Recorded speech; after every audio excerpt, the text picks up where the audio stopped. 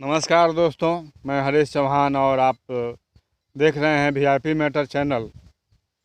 दोस्तों, आज मैं फिर आपके लिए एक अपराध की नई कहानी लेकर आया हूं, जो ग्रेटर नोएडा से सटे हुए गांव हैबतपुर की घटना है। बिसरख कोतवाली की घटना है यह।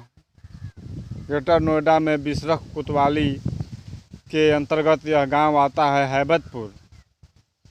और हैबतपुर गांव से सटा हुआ एक तालाब है, थोड़ी दूर पर 2-4 मिनट लगता है जाने में।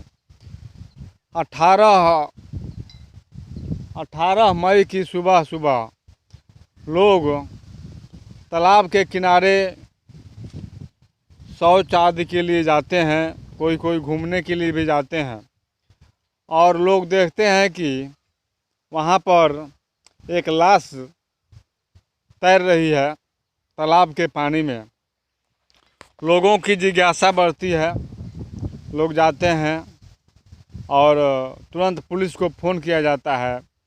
बिसरख कोतवाली की पुलिस वहाँ पर पहुँचती है, लाश को बाहर निकाला जाता है और तब पहचान में आता है कि वह लड़की है, क्योंकि उसके बाल लंबे लंबे थे और उसकी पहचान लड़की के रूप में की जाती है।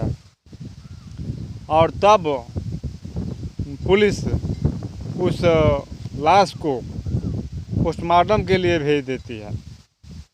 यह 18 मई 2023 की घटना है। लाश पोस्टमार्टम के लिए जाती है, लेकिन लाश इतनी सड़ चुकी थी, इतनी फूल चुकी थी कि उसको पहचान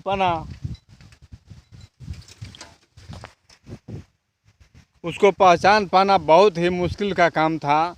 अगर किसी उस लाश के घर वालों के सामने भी अगर वह लाश रख दी जाती तो इतना वह लाश ख़राब हो चुकी थी कि उसको पहचानना मुश्किल हो जाता उस घर वालों के लिए भी। पोस्टमार्टम के डॉक्टर उस लाश की सफाई करते हैं। अभी तक कोई उस लाश के बारे में न किसी ने किसी भी थाने में कोई कंप्लेन नहीं किया था कि हमारे घर की लड़की गुम हो चुकी है या ऐसी वैसी कोई घटना हो चुकी है। लाश लवारिस की तरह फेंक दी गई थी और तब डॉक्टर उस लाश की सफाई करते हैं और तब एक सबूत डॉक्टरों के सामने आता है और वह सबूत है टैटू। एक बाजू में टैटू दिखाई देता है, लड़की की बाजू में टैटू दिखाई देता है और डॉक्टर तुरंत बिसरख थाने में फ़ोन करते हैं और वहाँ के पुलिस वहाँ पोस्टमार्टम हाउस पहुँचती है और वहाँ का फ़ोटो लेती है। और तब उस फ़ोटो पर वह लिखा हुआ था साहिबा खान। साहिबा खान तो लिखा हुआ था, लेकिन अब पुलिस साहिबा खान को क्या जानती है, जबकि किसी भी थाने में, ग्रेटर नोएडा के किसी भी थाने में या आसपास के किसी भी थानों में इस नाम के खातिर कोई रिपोर्ट दर्ज नहीं कराई गई थी। और तब पुलिस के दिमाग में एक आइडिया आता है, वह अपने फेसबुक पर इस टैटू को छोड़ने लगती है, इंस्टाग्राम पर, फेसबुक पर। और इस तरह से वह टैटू वाला निशान एक दुकानदार के पास पहुंच जाता है। तब तक इस घटना को 4 दिन हो चुके थे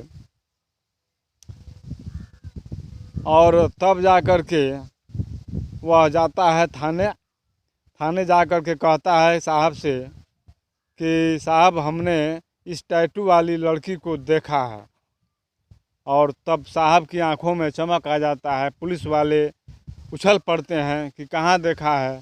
तब वह दुकानदार बताता है कि साहब, यह हमारे दुकान पर सामान लेने आती थी और सामान लेते देते समय हमको ये टैटू दिखाई देता था। इसका नाम साहिबा खान नहीं, इसका नाम जाह्नवी है और हमारे घर के बगल में यह रहती है, लेकिन हमारा इसमें नाम नहीं आना चाहिए अगर आप कहें तो मैं इसका घर दिखा देता हूँ, पूरा पता बता देता हूँ। साहब अनिल राजपूत उस जाह्नवी नाम की जो मृतका है उसके घर पर पहुंचते हैं और देखते हैं कि उसका पति चुपचाप आराम से बैठा हुआ है घर के दरवाजे पर। जैसे लगता है कि कोई बात ही नहीं हुई है, कोई इसने अपराध ही नहीं किया है। और तब कहते हैं पुलिस वाले कि भाई ये टैटू तुम्हारी पत्नी का है और तुम्हारी पत्नी का वो लाश मिली है तालाब में, तुम क्या कहते हो? तो वह कहता है कि साहब 16 मई को तो हमारी और हमारी पत्नी के बीच में झगड़ा हुआ था और वह अपने मायके बोल करके गई थी हमसे कि अपने मायके जा रहे हूँ। फिर मैंने कोई पता नहीं किया, अपने मायके पहुँच गई होगी। तब कहते हैं पुलिस वाले कि नहीं, उसका मर्डर हो गया है और लाश 3 दिन के बाद आज मिली है। और 16, 17, 18 3 दिन के बाद लाश मिली है।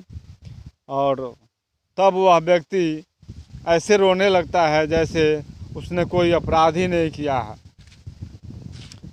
और तब उसको पुलिस वाले बुला कर ले जाते हैं और जब पूछताछ ढंग से होती है तो वह सारी कहानी बताता है।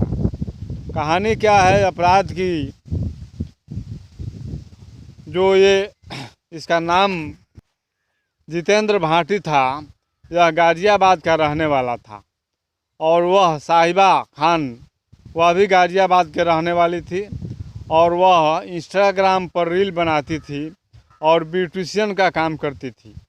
इंस्टाग्राम पर रील जो बनाती थी उसको यह बहुत लाइक करता था और उसको पसंद करता था, उस पर कमेंट करता था, मैसेज भी देता था और इस तरह करते करते दोनों में बातचीत होती है और बातचीत होते होते प्यार हो जाता है।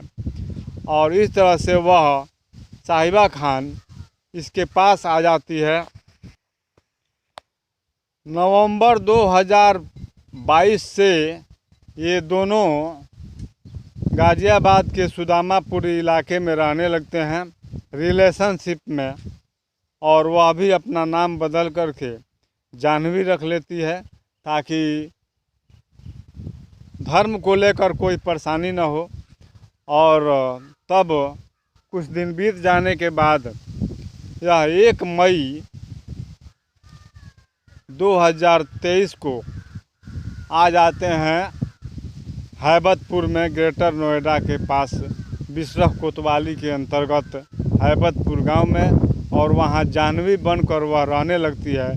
लेकिन इन लोगों में झगड़ा तकरार शुरू हो जाता है। वह इसके साथ शादी करके रहना चाहती है, जबकि इसको मंजूर नहीं है। यह कहता है कि हमारे घर वाले नहीं मानेंगे, हम लोग यहीं रहते हैं। लेकिन वह जिद पर अड़ी हुई थी इससे शादी करने के लिए, जितेंद्र भाटी से। और इसकी उम्र 22 साल थी और साहिबा खान उर्फ जाह्नवी की उम्र 35 साल थी। लगभग 10, 12, 13 साल का अंतर था और यही अंतर इसे कचोट रहा था जितेंद्र भाटी को। और 16 मई को इसी झगड़ा झंझट के से उब करके जितेंद्र भाटी ने खुद भी शराब पिया, अपनी पत्नी को भी शराब पिलाया और उसका हाथ का नस काट करके और उसका गला दबाकर और तालाब में फेंक दिया। और इसलिए ऐसा किया क्योंकि वह जानता था कि हमको यहाँ पर आए हुए 10-15 दिन हुए हैं, हमको कोई जानता पहचानता नहीं है। लेकिन वह साहिबा खान उर्फ जाह्नवी रोज़ दुकान पर जाती थी घरेलू सामान लाने के लिए और दुकानदार उसको बखूबी पहचान गया था।